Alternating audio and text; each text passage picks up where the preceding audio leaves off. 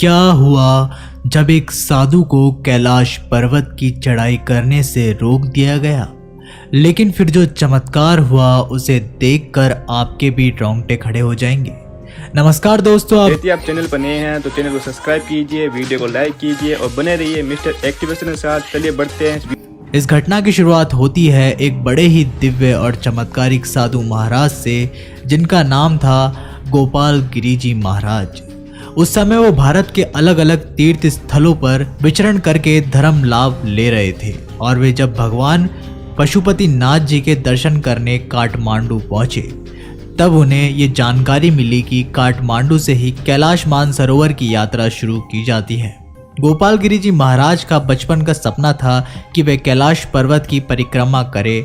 मौका भी अच्छा था और इसे भगवान की मर्जी मानकर वे यात्रा की ओर आगे बढ़ गए। उन्होंने काठमांडू से तकरीबन 1 घंटे की यात्रा करी और वे फ्रेंडशिप ब्रिज पर पहुंचे, जहां पर मानसरोवर यात्रियों की जांच चीनी अधिकारियों द्वारा की जाती है। जो फ्रेंडशिप ब्रिज है वो नेपाल चीन की सीमा पर है। जब डॉक्यूमेंट पूरे होते हैं तभी यात्रियों को आगे बढ़ने दिया जाता है और वो साधु महाराज यात्रा पर आगे बढ़ने ही वाले थे, तब अचानक से उस स्थान पर एक बहुत बड़ा चक्रवात आ गया और चारों ओर घमासान मच गया। अधिकारियों के पास एक संदेश आया कि कैलाश मानसरोवर यात्रा के दौरान बहुत बड़ा तूफान आया है, इसलिए यात्रियों को उसी स्थान पर रोक दिया जाए और चीनी अधिकारी ने सभी यात्रियों को वहीं पर रोक दिया। लेकिन गोपाल गिरी जी महाराज के भी इरादे पक्के थे और वे उस चक्रवात से डरने नहीं वाले थे। उस समय वहां का माहौल इतना खराब हो गया था कि चीनी अधिकारी भी इधर उधर अस्त व्यस्त हो गए थे और इसी मौके का फायदा उठाकर गोपाल गिरी जी महाराज उस चक्रवात के अंदर घुस गए।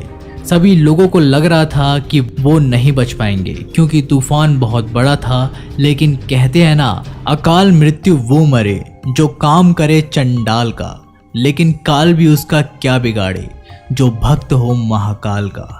यात्रा के पहले पड़ाव में उस तूफान को चीरते हुए वे साधु महाराज नीलम पहुंचे, जो कि तिब्बत में है, और तिब्बत से 260 किलोमीटर का सफर तय करने के बाद वे साधु महाराज सागा पहुंचे और सागा से अगले दिन वे प्रयाग पहुंचे। तब तक तूफान बहुत कम हो चुका था, लेकिन उन साधु महाराज को यहाँ तक पहुँचने के लिए बहुत मुश्किलों का सामना करना पड़ा, जिसके बाद महाकाल की कृपा से अगले दिन वे साधु महाराज कैलाश मानसरोवर पहुँच गए। अब उनके सामने एक और बड़ा पड़ाव था, जो था कैलाश पर्वत की परिक्रमा, जो इतनी आसान नहीं थी क्योंकि इस परिक्रमा का दायरा 54 किलोमीटर तक फैला हुआ है। लेकिन हर हर महादेव के जयकारे लगाते हुए उन्होंने इस परिक्रमा को भी 6 से 7 दिनों में पार कर लिया। वास्तव में ये किसी साधारण मनुष्य का काम नहीं था, लेकिन इस परिक्रमा के दौरान उनके साथ कुछ ऐसा हुआ जिसने उनके भी होश उड़ा दिए। दरअसल वहां उपस्थित एक गुफा में उन्हें एक बच्ची दिखाई दी। शायद वो तूफान में अपने माता पिता से अलग हो चुकी थी। उन साधु महाराज ने उस बच्ची की जान बचाई और उसे अपने कंधे पर बैठाकर पुनः काठमांडू के लिए रवाना हुए। और गौर करने वाली बात तो ये थी कि फ्रेंडशिप ब्रिज पर अभी तक चक्रवात बना हुआ था।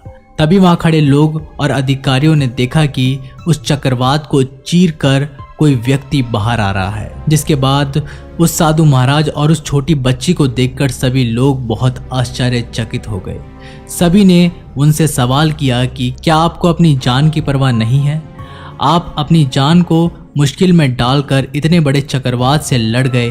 तब उन साधु महाराज ने कहा कि ये सब तो मेरे महाकाल का आदेश था, वो मेरे द्वारा इस छोटी बच्ची की जान बचाना चाहते थे। दोस्तों, इस घटना को लेकर आपके क्या विचार हैं? नीचे हमें कमेंट बॉक्स के माध्यम से ज़रूर बताइएगा। अगर ये वीडियो पसंद आई हो तो लाइक, शेयर और चैनल को सब्सक्राइब करके बेल आइकन को प्रेस करना मत भूलिएगा। तब तक के लिए